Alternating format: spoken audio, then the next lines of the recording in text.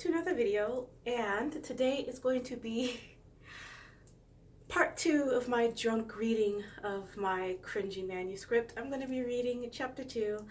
If you haven't watched the first one, it's going to be up here or up here, wherever the card appears. You can click on it.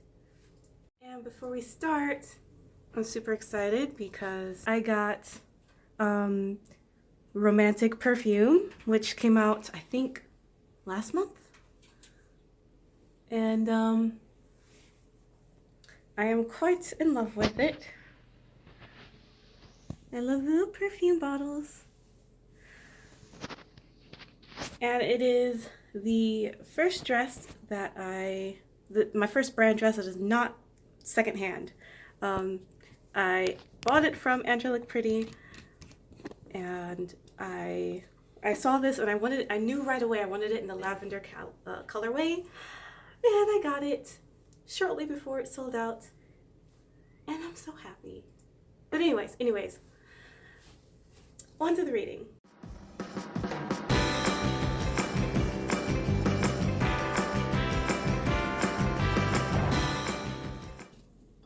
Okay, so last we left off, chapter 1, we had met the 6 main characters who are in the rabbit class, the freshman class.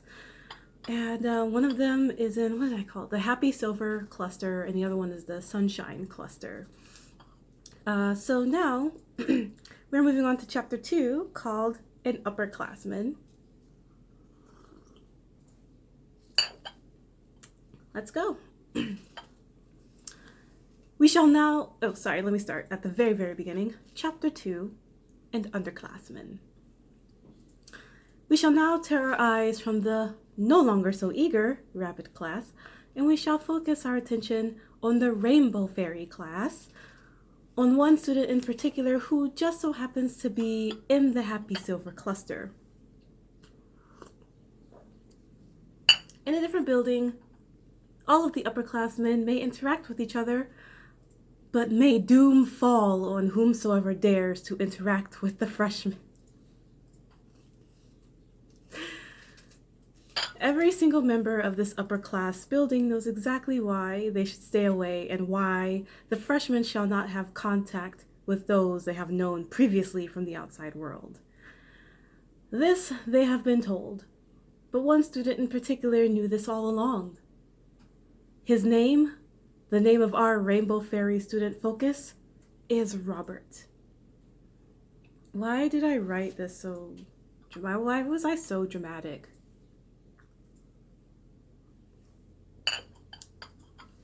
Also, I'm just gonna wear my glasses because it's just easier. Not aesthetically pleasing, but I like being able to see. He doesn't exactly fit in, but prides himself on sticking out, mingling with his other misfit friends. But you guys have never seen that before. Other than that little interaction, he was a bit of a loner.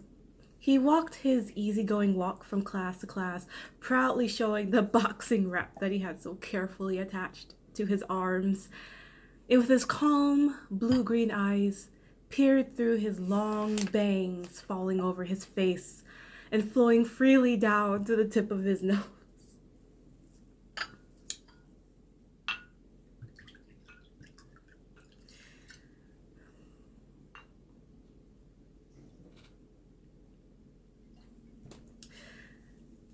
So you've got this mega emo kid who just wears boxing wrap just because, just for fashion reasons, you know. His hair is also something he is very proud of, for it starts out as jet black and gradually fades to pure white at the bottom. No one knows whether this is natural or dyed, but he really does not care. He always wears a combat-style jacket and a katana at his waist, because that'll be allowed in school, symbolizing only a fraction of his excellence in martial arts. And yet, despite the seemingly threatening katana, he is actually very quiet and avoids unnecessary violence. Robert doesn't say much, But when he does, he means it. And this is something people learn about him early on. It is easily seen in his eyes. Class was about to start, and he broke away from his group of friends, smiling and waving while saying, "See you later, Robert." That's grammatically incorrect, because the way this sentence is set up, it seems like he's the one saying "see you later, Robert," not his friends, but whatever. And other things of the like. He turned back around and with a fluid flip of his hair, waved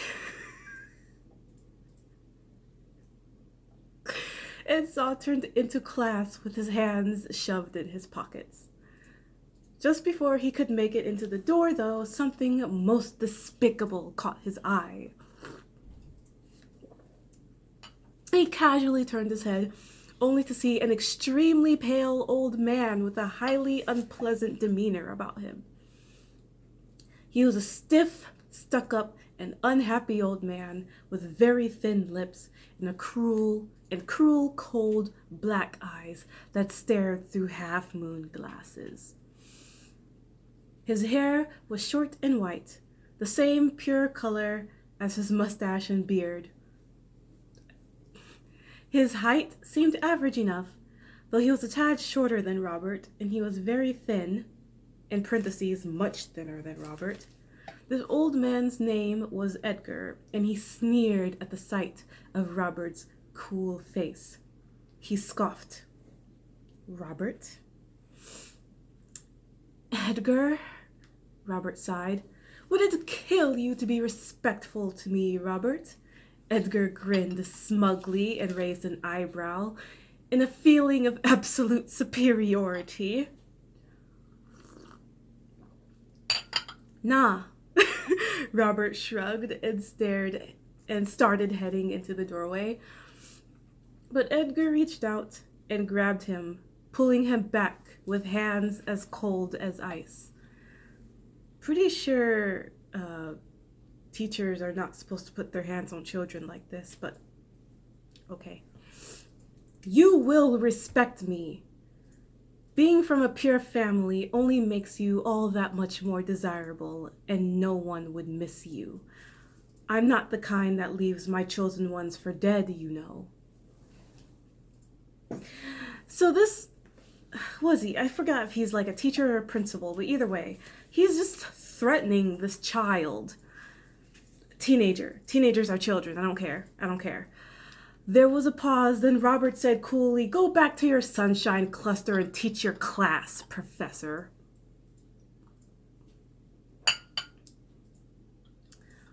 Edgar then swiftly let go and hissed, "Watch your back, Robert. I'll be watching you."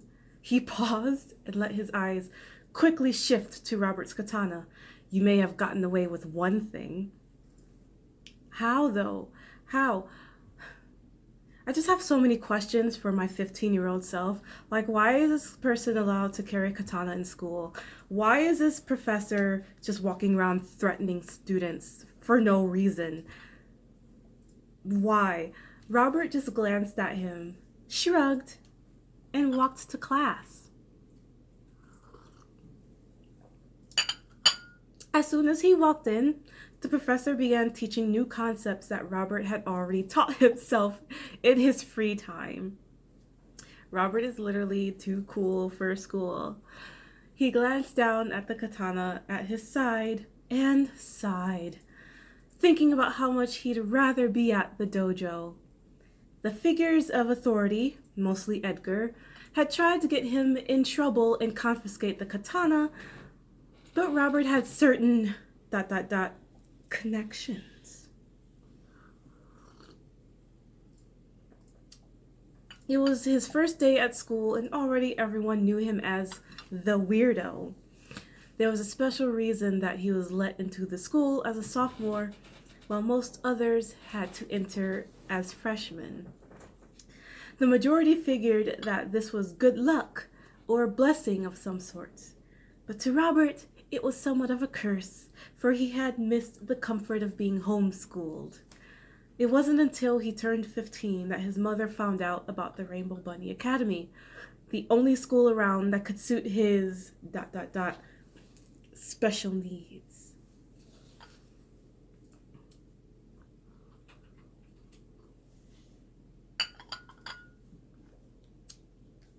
During lunch, he ate with his few friends, still as calm as ever, while knowing full well that he was being watched.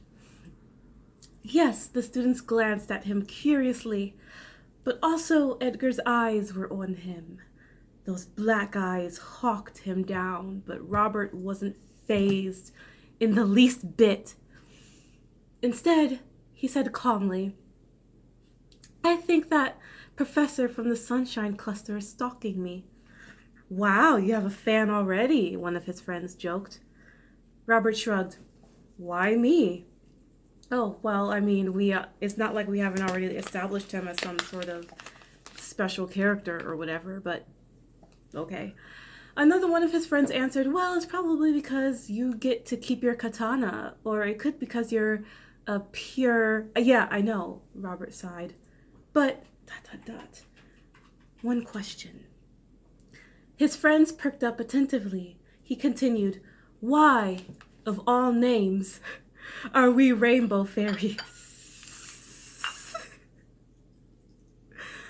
I don't know if I mentioned this in the last video, but I made these names purposely ridiculous because I wanted to throw the reader off. But that wasn't me being clever. That was me being 15 and pretentious. His friends laughed, and one said, "Yeah, the whole fairy label doesn't exactly fit you."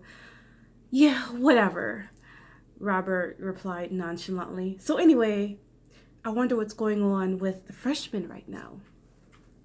"Well, they won't feel it until at least the second week of school, ... That's what I heard," one of his friends said. "God, ... That's damn cruel what they're doing to those kids and their families." Robert shook his head slowly and gazed out into space.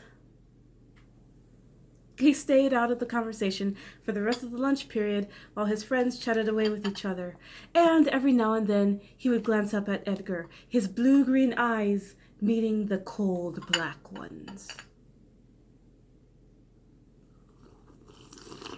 Edgar had been supervising the Sunshine Cluster, standing by the Gothic windows, his malevolence contrasting with the seeming benevolence of the stained glass. You can tell that at this time, when I wrote this, I had just learned the words malevolence and benevolence. Outside those stained glass windows was a sky whose color was not seen due to the covering of the heavy gray clouds passing slowly over and leaving their mark in the form of water drops.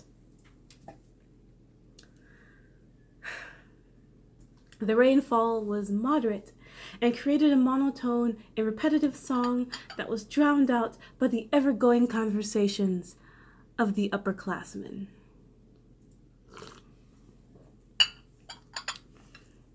Robert stood up with his tray and dumped it when he was finished, walking right by Edgar, whose eyes watched Robert's every move until he was out of sight. It took his friends a minute to realize that Robert had left. Really? They have some shitty friends. Like, you leave and they're just like, "Oh, well, how long has Robert been gone?" One complained that it was so creepy how quiet he was. He was sneakier than a cat, another claimed, nodding in agreement. It was mutually agreed that he went to his dorm to set things up, and they went about their business, grumbling for a little while about their jealousy over the fact that he was able to get a dorm room all to himself somehow. Things just work out for this guy. Like, he's a special pureblood. He was able to enter as a sophomore while everybody else has to enter as a freshman, and he gets a dorm room all to himself. He gets to carry his katana everywhere. Like, he's just so special. whatever connections he had. One friend said with a voice full of envy, he wanted those same connections too.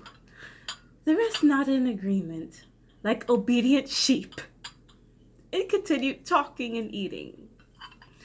As soon as he was out of earshot, Edgar leaned over and whispered to another professor to the Sunshine Cluster,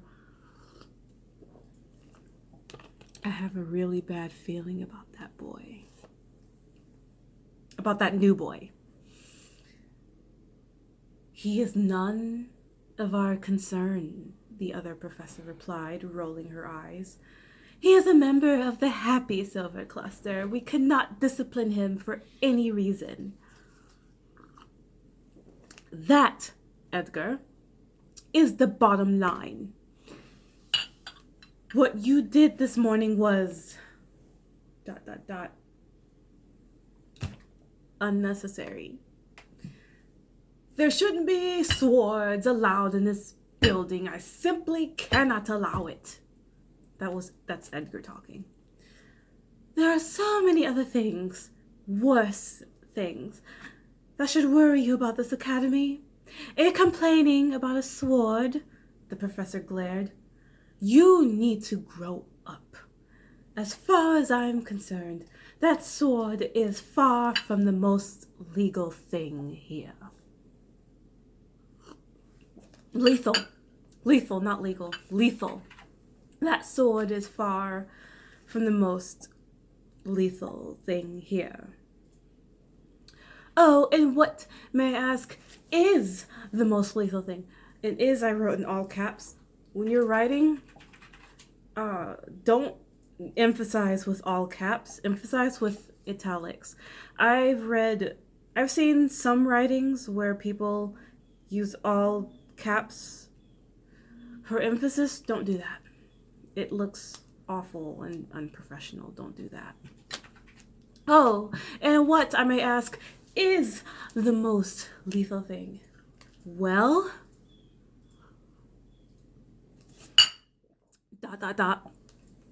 The other professor grinned. It is intangible ... At the moment.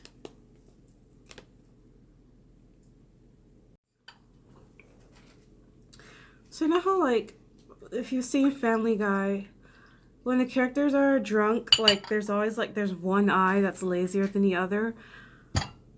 I feel like that's what's happening to me. But anyways, that was really short. So I'm just going to read through chapter 3 as well, because why not? Okay, so chapter 3